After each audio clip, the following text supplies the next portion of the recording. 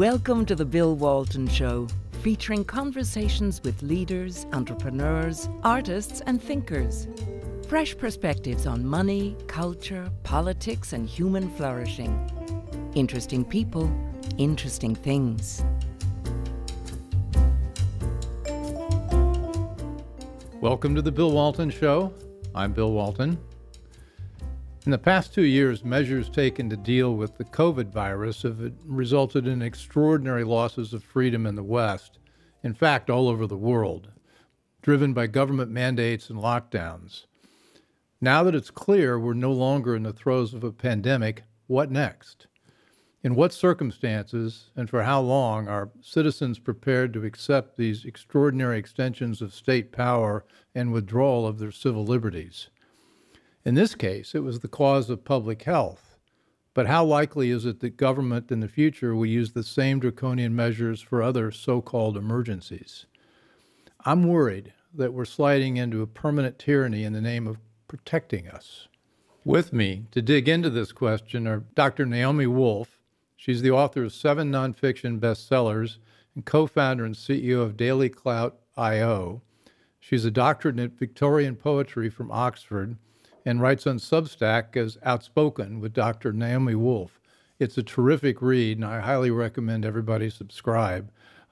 It's her thoughts, as she says, as an eyewitness to a new dark age with thoughts on how to keep liberty, justice, and human rights alive.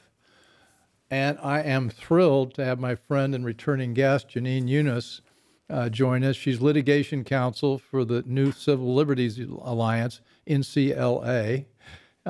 She's a former public defender and is, after seeing governments throughout the nation violate human rights and civil liberties in an ostensible effort to mitigate the spread of COVID, she's now joined the fight against lockdowns and the administrative state. And her group is doing a lot of great work on the administrative state, and we'll talk about that. So let's start with Naomi. Naomi, what do you've written extraordinarily about Canada recently, and also how you liken what's happening in this country to what Nazi Germany looked like in the early 30s. I started writing about the descent into fascism in 2008 with my book, The End of America. And I mention that because what you see in looking at dying democracies, in whether they're being killed off by tyrants on the left or on the right, is that tyrants always take the same 10 steps.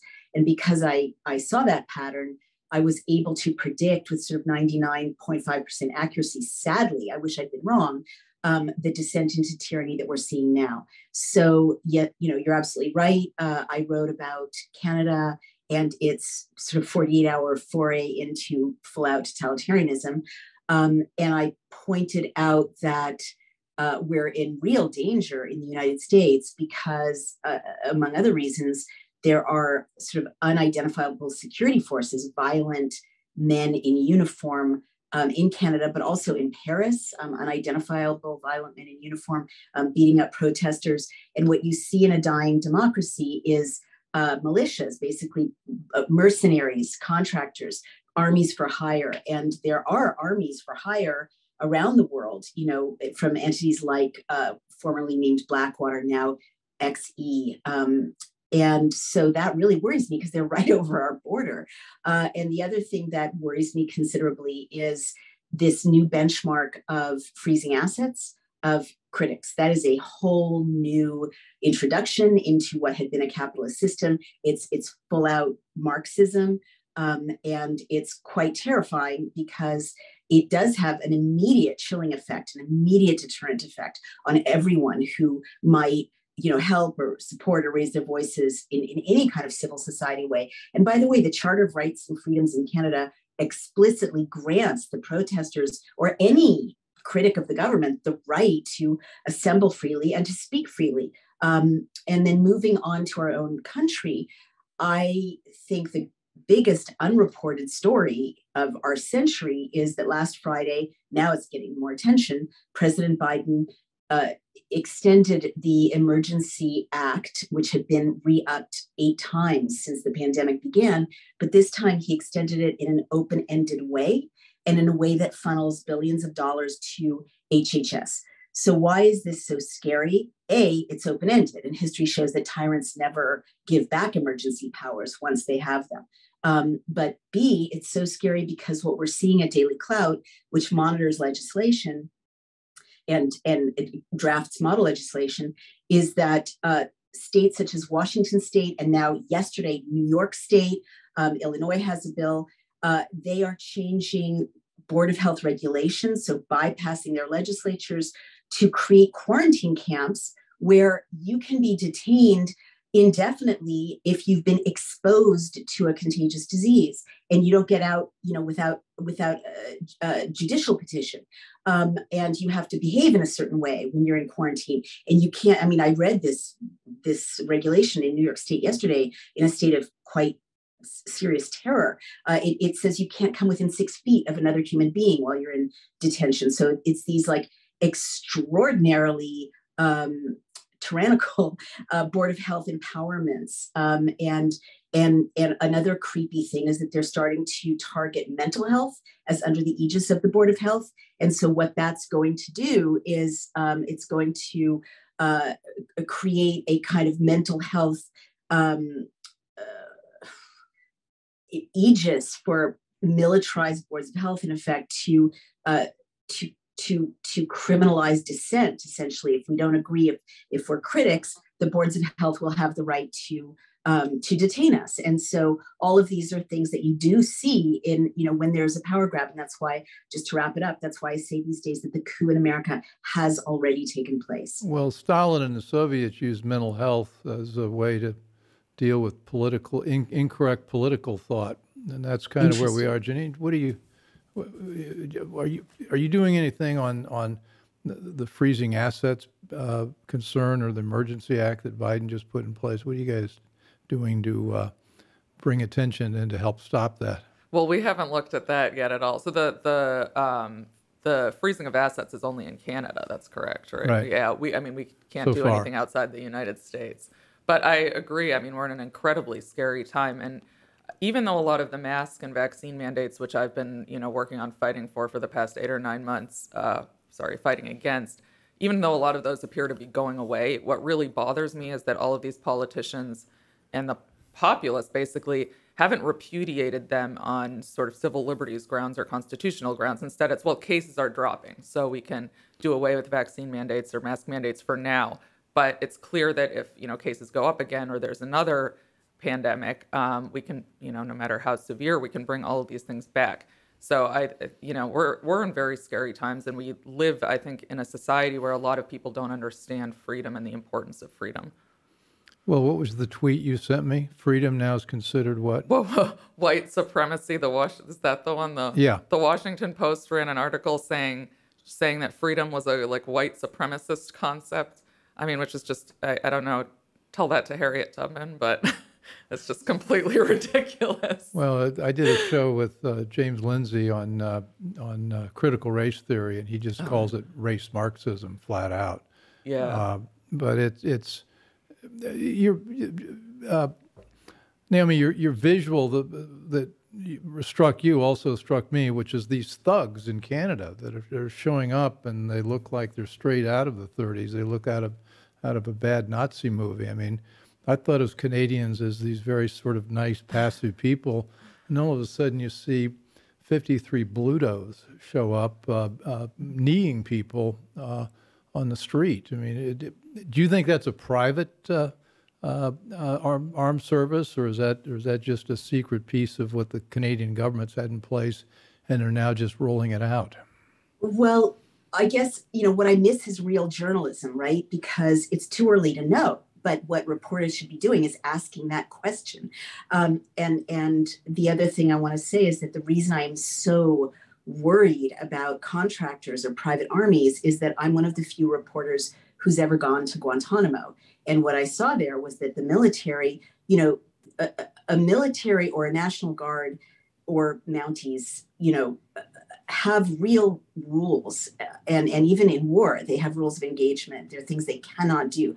But contractors, as you see in Iraq, it's the Wild West. And what I saw in Guantanamo was that these contractors, that were unnamed, that seemed kind of Velcro patch with no name attached, right? You can't follow up. You can't file a complaint. You don't know who they are.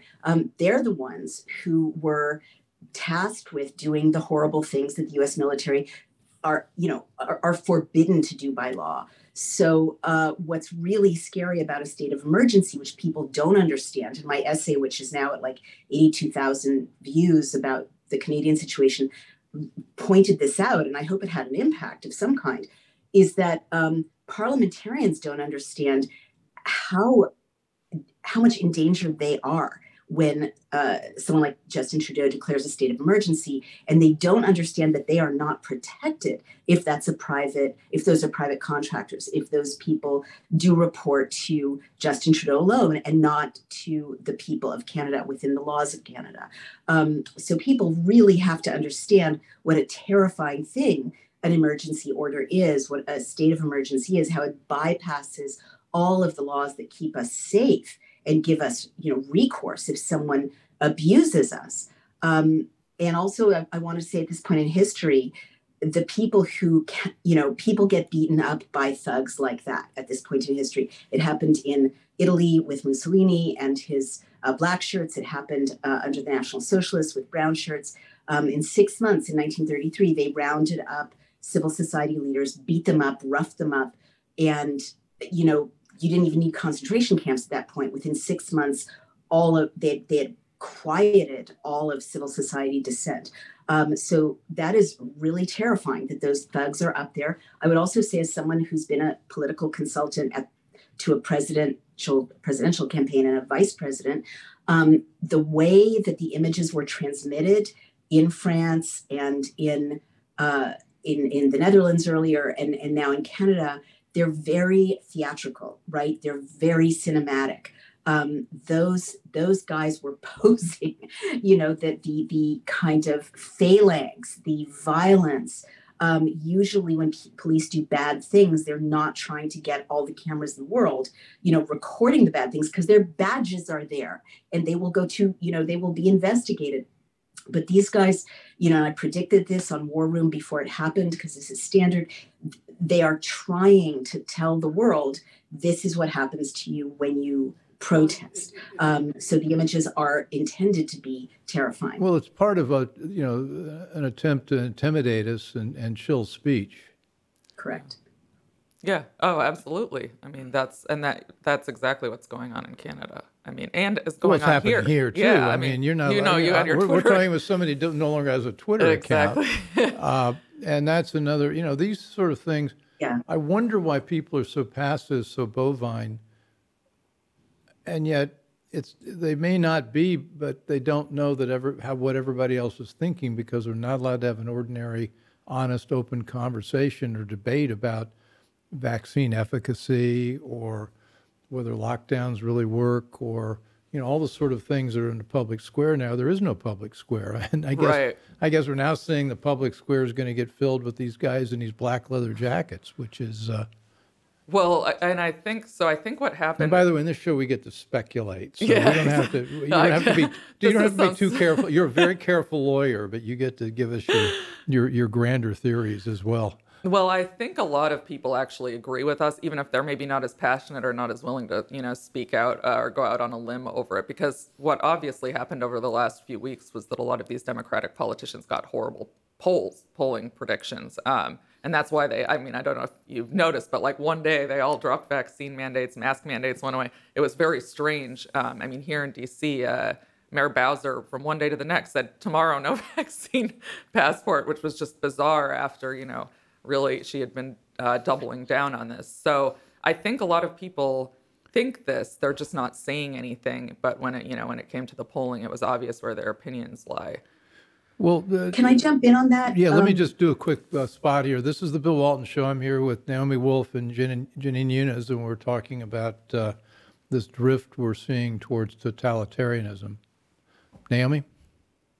Yeah, just to chime in with what Jenin pointed out, there's something else happening in the background that I think, I 1,000% agree with you, Jenin, that it's about the polls and the, months leading up to the midterms, which historically are very dangerous months, right? And if history is a guide, there's going to be so much instability leading up to midterms, everything possible to prevent there from being a clean, accountable midterms. But what's also happening in the background is the Pfizer data were forced to be released. And the insurance companies are seeing that there's 20, 30, 40% rise in deaths after the vaccines were rolled out.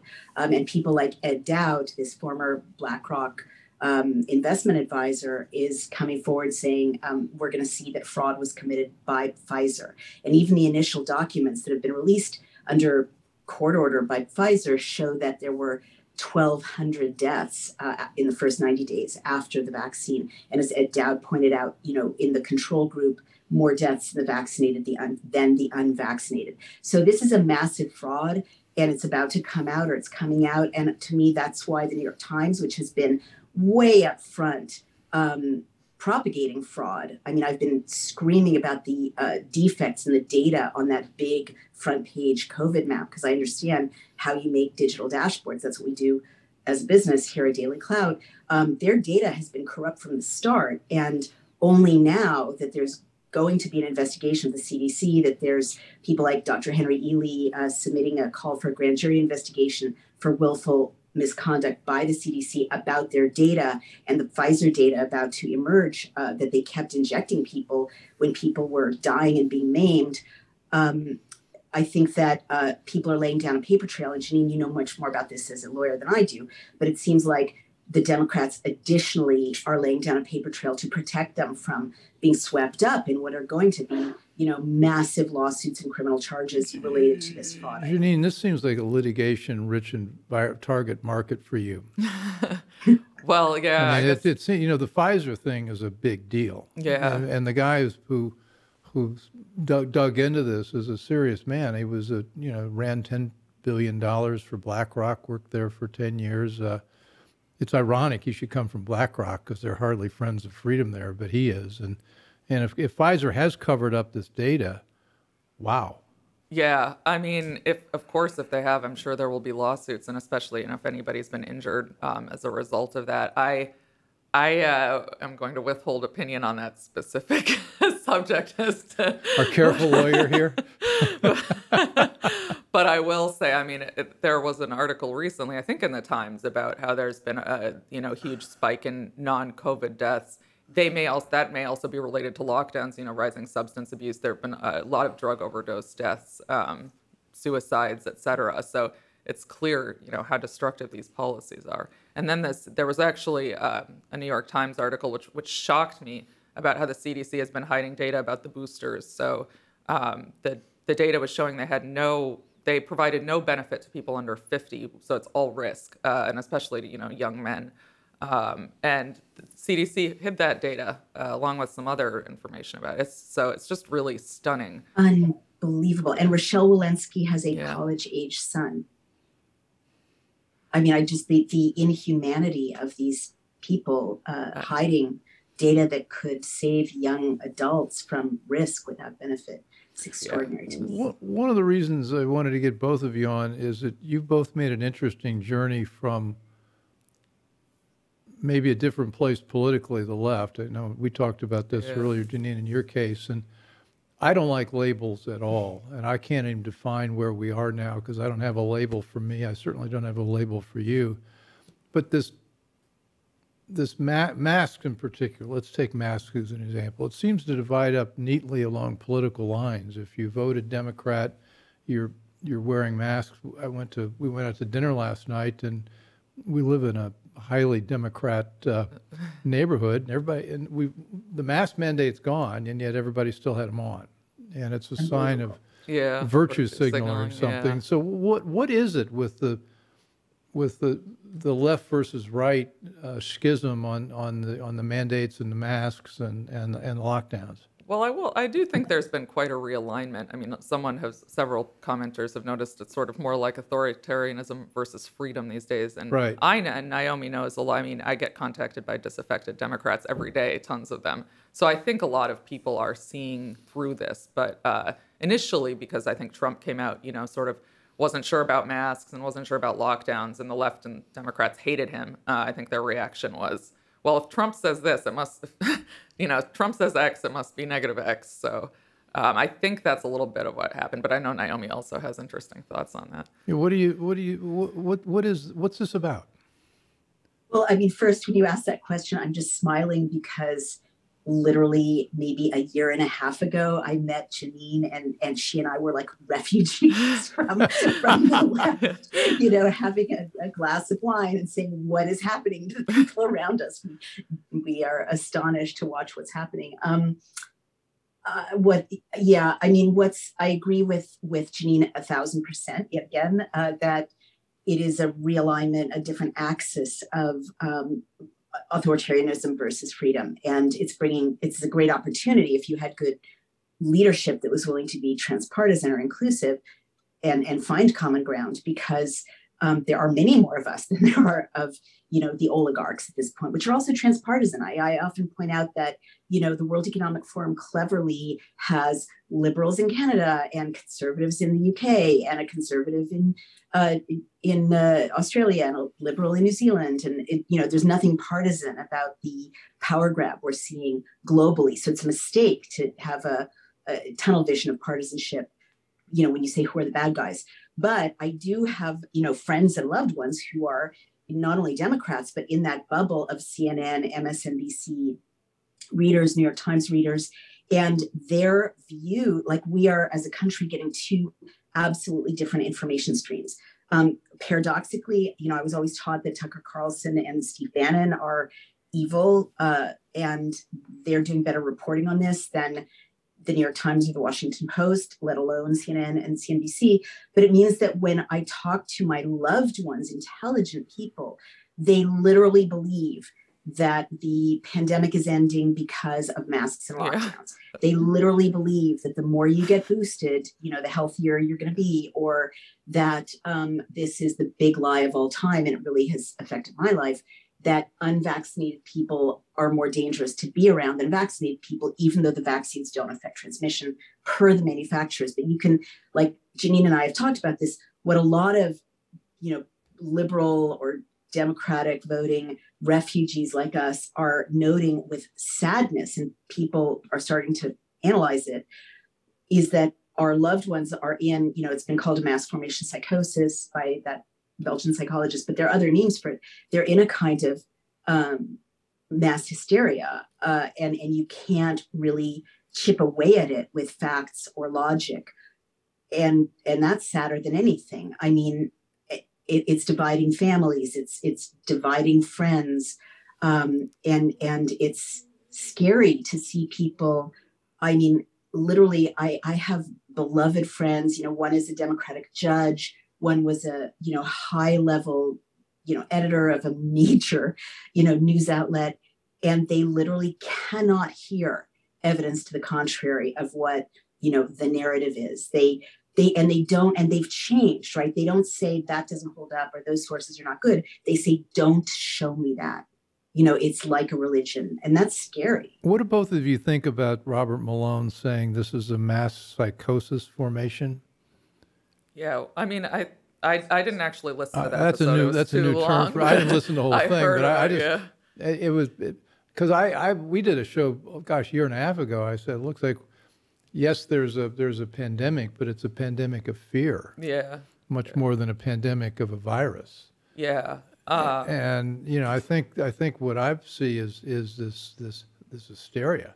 I didn't know there was a big word for it, mass formation psychosis. Yeah, well, a lot of people, became scared out of their minds. And then one thing I've really noticed with my family and friends who are mostly from the left, well, I'm not really friends with them anymore, but so I talk more to my family, but they really trust the New York Times. They trust the CDC. They trust these institutions, and they need that. They can't, and if I tell them, like, look, the New York Times is lying to you about masks. They're not portraying the science. The CDC is doing the same thing. they keep manipulating science. They keep putting out these absurd studies that, you know, the last one I mentioned to you earlier today, based on self-reporting, which has so many intrinsic bias issues. The last study they put out, that it was from like April to October in certain places. So they had like purposely manipulated the time and geography to fit the CDC. The CDC saying, oh, this shows that masks work. So and because these institutions are doubling down on, you know, ostensibly showing these measures work, you know, my mother just can't get it through her head that they're not being honest. She can't bring herself to believe it. It's eeasier for her to think I'm crazy than to think these institutions are lying to her. Well, it seems like the tectonic plates are really shifting.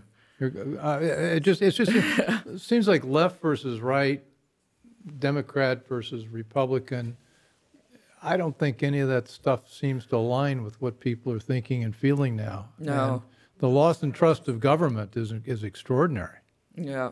Well, Jenin, how weird though, right? That our side was supposed to be the critical thinkers, and you know the conservatives were supposed to be the dumb, credulous, Trump-loving, beer-swilling, you know, uneducated masses. Why do you think it's our kind of highly educated, critically trained friends who are needing to believe in authorities so much and have absolved themselves of critical thinking? I mean, I spend all my time thinking about this. I mean, I think there were a series of events, like things sort of, you know, what I talked about, I called Trump derangement syndrome, because Trump took a certain position. I think that was one factor, and things may have played out differently if like Hillary Clinton was president during that time. That's one thing. It's trust in experts. I think there are actually sort of the safety culture, the woke culture, I would say, that it's not very, it's sort of simplistic and sort of embrace this idea of like safety in this weird way without thinking about other factors outside of COVID. And I think there's sort of this expert class, like we overeducate too many people who aren't that smart, to put it bluntly. And so they're not actually capable of thinking critically, and so they're obsessed with expertise. Like, oh, because someone's an epidemiologist, that they must have that. We have to listen to them, as though there's no other, you know, disciplines that can inform our policies or our approach to these things. Yeah, I think you're right. I did just want to show you all this book when we were talking about kind of mass hysteria and hallucination. Here, hold it up so we can get it on the camera there. Sorry. Combating cult mind control. I think I love that. Combating cult mind control. Okay. And I just mentioned this because in addition to mass formation psychosis, which I think is, you know, one useful sort of analysis that this psychologist who Robert Malone cited has come up with, there's something else that I'm seeing happen, you know, in terms of this mental illness problem. And it believe it or not, it relates to anorexia and other OCD type behaviors. When I wrote The Beauty Myth, like a million years ago, I argued that anorexia and bulimia and body dysmorphia, you know, exercise fixations, were not organic mental illnesses, but were induced mental illnesses from practices like restricting food, you know, when you're dieting, and also the cultural compulsion to constantly surveil your body as inadequate, and that created a kind of OCD type behavior that was then kind of addictive and self-reinforcing. And later studies proved that was true. I mean, even brain scans proved that was true. So I think something very similar is at work, where people have been asked to be, you know, obsessively mindful that their breath doesn't get out, or that they don't get more than 6 feet, you know, in proximity with another human being, especially children. And they're being asked to see the world as full of germs, and other human beings as full of germs, and potentially fatal to them, and a hug will kill them. And this constant need to kind of scan your body and scan the environment, I think, is creating a kind of OCD type, you know, literally like new reactions. And I think brain scans would be really interesting to see if this is true or not. But it's very much like the kind of obsessive self-monitoring that leads to anorexia and bulimia. And those are very hard illnesses, neurologically to recover from, because the brain kind of habituates to being addicted to the reward that you get from following those restrictions. So I do think, you know, and doctors are seeing this, that their patients are addicted to masks. They can't bring themselves to take off the masks. And I do think that there's been kind of an alteration of the minds of people. And the last thing I'll say is about isolation. I've studied torture, and isolation is a big part of torture. In fact, that's why the Geneva Conventions say solitary confinement is a form of torture. And what studies have found with solitude and enforcing solitude is that it creates psychotic damage to the brain. Like people start to hallucinate, they start to become psychotic, and it's permanent brain damage. So I think solitude could have also changed people's brains. Like I interviewed a young adult who has been in a room in Brooklyn for the last 2 years, being perfectly au courant with his other friends who are also holed up in their rooms in Brooklyn. But when I proposed to him that he'd go out on the road and report something from the road, a look of absolute terror crossed his face. And I'm seeing this kind of agoraphobic, fear-based reaction to just being out in the world, being around other people, that I think is beyond Has anybody logic. done any statistical work on this? We're a country of 350 million people. And, I go to a gym in Adams Morgan in DC, and I've got a trainer there who's like a regular guy. And he assures me that what we're talking about is not widespread. He says, Bill, just look at all the football games on TV and you'll see, he said, look at the Super Bowl. Los Angeles had a mask mandate, and you look at the Super Bowl and nobody in the stands was either social distancing or wearing a mask. And so you have people in those ordinary circumstances not acting the way we're talking about. And yet all of us who sort of are interested in ideas and trends and things like that start identifying this. Is this something we're just seeing because we're noticing it, or is this something that's really widespread and is really a cancer in America that is going to change us forever?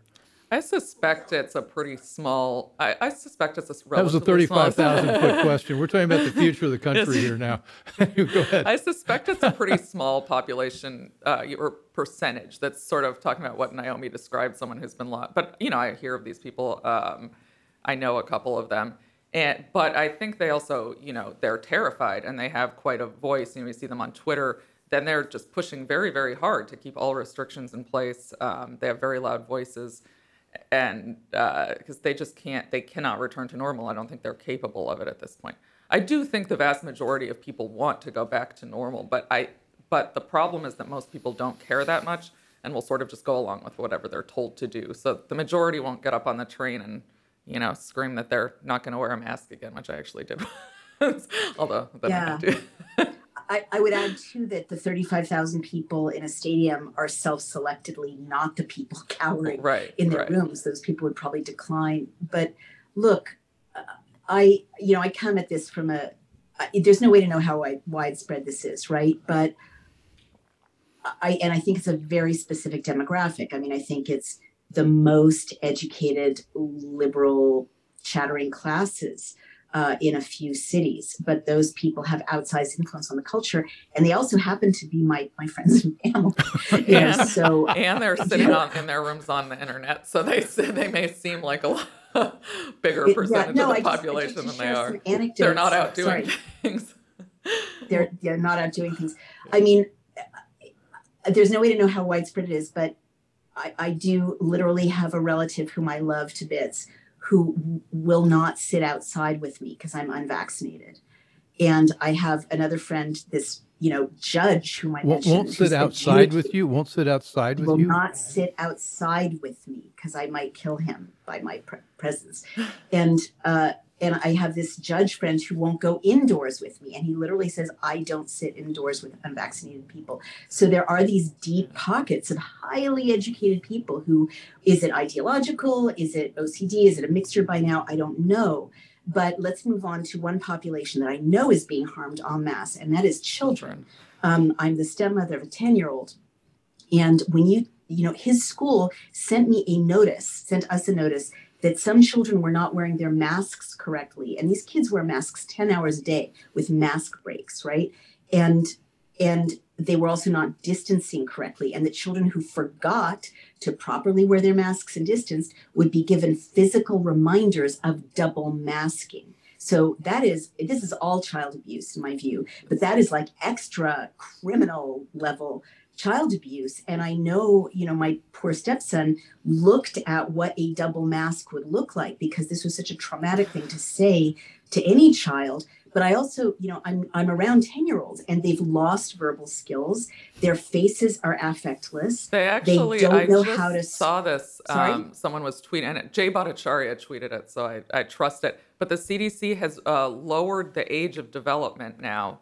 So saying like, I don't know what the exact numbers were, but you're supposed to have this level of speech at 2 years, and now they're saying, okay, it's 3 years, because kids, they're being developmentally delayed by masks and presumably by like lockdowns, lost school. I have a lawsuit on behalf of a child, well, actually 4 children, siblings who are not vaccinated. They had COVID in the fall, and they keep getting quarantined because if you're not vaccinated, they quarantine the kids anytime they come into contact with somebody who had COVID.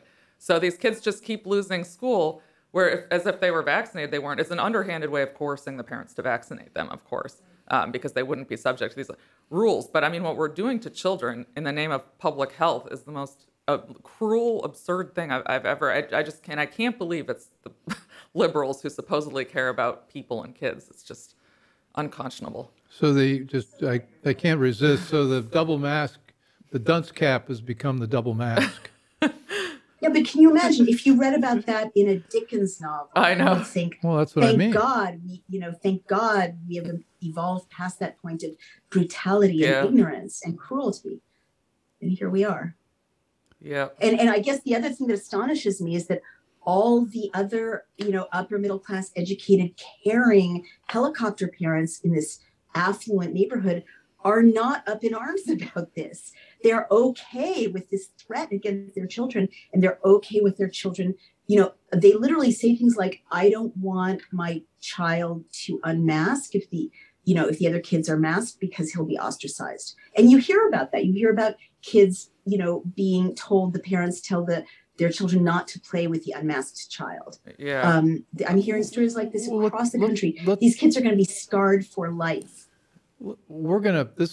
We need to come back for a follow-up conversation, because we're just now getting it. We've got a deadline we've got to get you to, but let's circle back to where we started. We started out with concerns about a totalitarian government, loss of freedom. It seems like we're not describing a population of people who are foremost concerned about their freedom. They're concerned about protecting themselves from all types of risk. It's crazy. It's a question of people's character, and I don't think the people we're describing here are very interested in freedom, the Bill of Rights, the Declaration of Independence, all that sort of basic stuff. No, they're not. They're interested in, and you said being safe from all sorts of things. I would say it's actually safe from one thing, like this one particular virus, but they're not thinking about, mental health, physical health in other ways. Sitting at home and, out in the dark is not healthy. In fact, obesity, vitamin D deficiency are two of the main causes of bad COVID outcomes. So people should be outside getting exercise, seeing each other. But this gets into the news blackout, though, because we're not reading about all the other deaths. We're not reading about the cancer, the heart disease, the diabetes, the kids, the depression, the alcohol, or all those other sort of consequences. Exactly. Johns Hopkins, I'm sure you guys heard, but had a study a few weeks ago where they said lockdowns had this was a huge meta study. Johns Hopkins isn't exactly a bastion of right-wing supremacy, It's from Johns Hopkins, saying that their lockdowns had no benefits and massive downsides. The media didn't cover this study at all. And that's, the control of information. I don't think Johns Hopkins even put out a press release, did they? Did they? They didn't? I think the doctor responsible for it did. I don't think they wanted to be associated with it. Or maybe they did. I'm very cynical about why Johns Hopkins put that study out. They're one of the most egregious criminal entities when it comes to their dashboard being the one that everyone referenced. And a whistleblower who was working with them, imaging their data, leaked to me the GitHub account, which is where developers put raw data sets. and only 6 states were reporting. Their data were completely incomplete. And yeah, they're very corrupt. And I think that they're trying, like you see this about face institutionally, I think they're trying to lay down a paper trail, you know, as the news emerges that data has been concealed and that bad outcomes have followed. That's my view.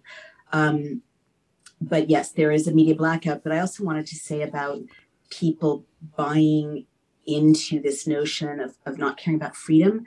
I have a little bit of a different take because I love people in their 20s who will remain unnamed, and what they're hearing, and you see it on the New York City subways, is that it's caring to wear a mask, and it's caring to the community to get a booster, and that it's threatening to the community and to the elders and to your loved ones to not get a booster. So that's such a cynical thing. Genius campaign, it was focus grouped, is these, you know, bad actors with their millions and billions in you know, influence campaigns figured out that appealing to the altruism and selflessness of that generation was a way to get them to comply. So they see freedom has been effectively rebranded as selfishness and harming others, whereas masking and distancing and injecting things is branded as taking care of your community. And you kind of can't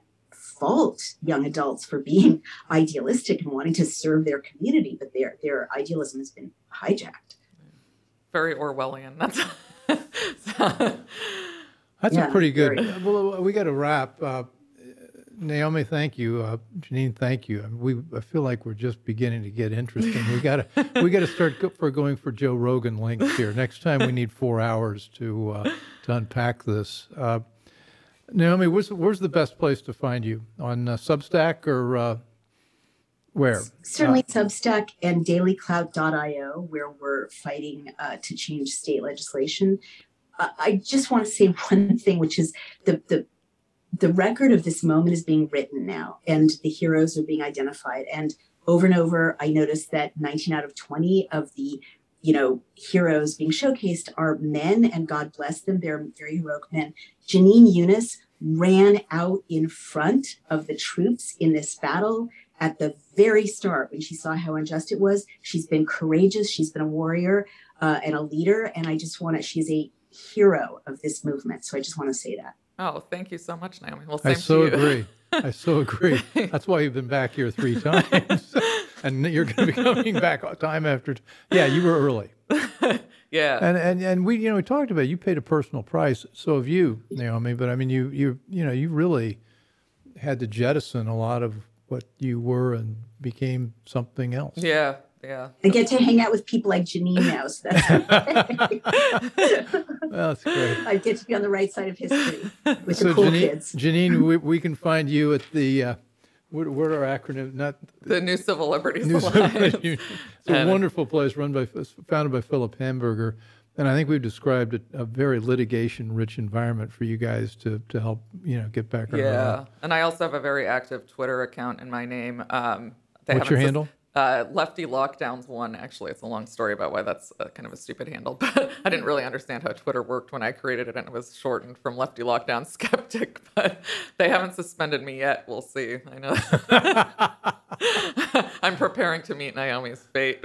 All right. Well, thanks. This is just so interesting, and anyway, this has been the Bill Walton Show, and we're here with Naomi Wolf and Jenin Younes, and we're talking about the. I don't know, what are we talking about? The future of mankind, I think. Yeah. And anyway, we hope you'll join us again. We're, of course, you can find us on CPAC Now and For America and all the major podcast platforms, YouTube, Rumble. I think YouTube will keep this one. I don't think we've said anything particularly non-YouTube. The Pfizer vaccine. Pfizer vaccines. But we skirted on the edges of the truth police. Anyway, thanks for joining, and we'll talk with you next time. Thanks. Bye. I hope you enjoyed the conversation. Want more? Click the subscribe button or head over to thebillwaltonshow.com to choose from over 100 episodes. You can also learn more about our guest on our Interesting People page. And send us your comments. We read every one, and your thoughts help us guide the show. If it's easier for you to listen, check out our podcast page and subscribe there. In return, we'll keep you informed about what's true, what's right, and what's next. Thanks for joining.